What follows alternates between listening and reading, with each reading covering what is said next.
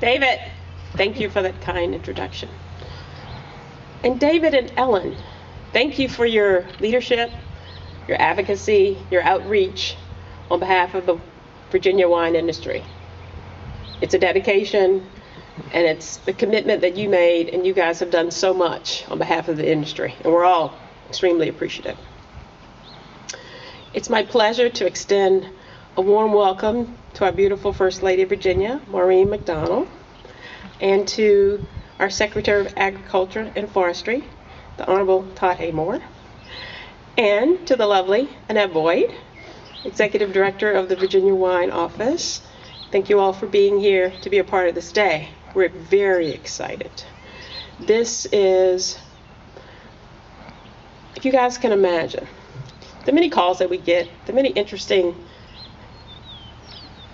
outreach and concern and input that consumers have. And one of the things in Virginia that's always near the top of the list is signs. It's a never-ending journey to make sure, because we want to make Virginia welcoming. This is, in terms of being welcoming, one of the most beautiful places, obviously, in the Commonwealth of Virginia. David and Ellen, speaking of top 10, King Family Vineyards, Roseland Polo Club. It's extraordinary. It's beautiful. So thank you for sharing that, and thank you for making this place a reality for all of us, because I know when your customers come here, they certainly have an experience, and that's what being able to be directed to where wineries are. He talked about the AVAs, that people can immerse themselves in the experience. Here, Albemarle, particularly King Family, and the other vineyards here in the Albemarle County region. The vision of Thomas Jefferson, as he endeavored for 30-some years to create wines in Virginia.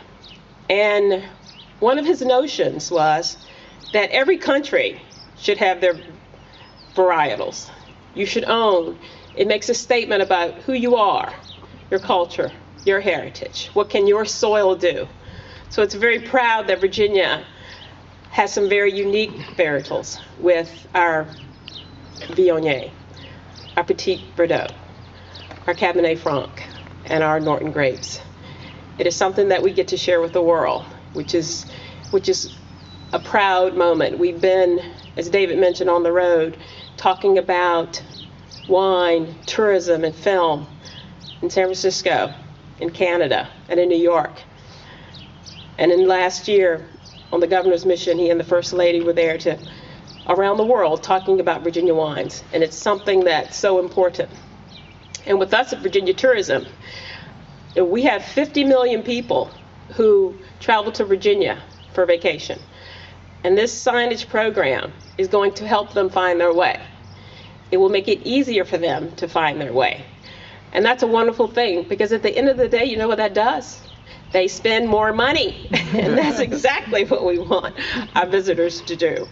And this cooperation and partnership and collaboration between Department of Agriculture, Secretary of Agriculture and Forestry, with Virginia Transportation Department, and in conjunction with the Virginia Wine Office, this has made this program possible. And for us at Virginia Tourism, it's a driving force. Wine is a driver, wine tourism. And we work tirelessly to put together programs, marketing, sweepstakes, driving people to our web, showing them how to get to you, showing them how to get to your winery, giving them creative ideas of how to enhance their experience. It's something that it's fun. We are proud of it. And to have a publication like Wine Enthusiast named Virginia as a top 10 wine destination in the world, it doesn't get any better than that.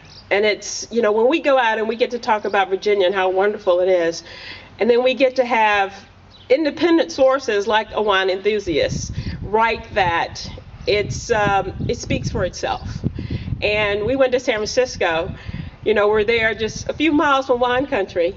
It's like, how dare we? Yeah, we did. and they were very complimentary. We took them award-winning wines, and they were like, this is good. We like your wines in Virginia. So, it's something that really did work. It really did work. And tourism is big business in Virginia. It's $19 billion in revenue, $1.3 billion in state and local taxes, 204,000 jobs, and it's instant revenue to the Commonwealth. When our visitors go out and spend money, that tax revenue goes right into the general fund, and it's at work for the people of Virginia. So the bottom line is people coming to Virginia, staying longer, having the experience of a lifetime. We have this great program that we're launching that will help them find their way. And we couldn't be more proud to be on the driving force with two of the greatest ambassadors of wine tourism in the world, our First Lady, Maureen McDonnell, and our Secretary of Agriculture, Todd Haymore. And it's now my great pleasure to introduce a rock star of agriculture, the Honorable Todd Haymore.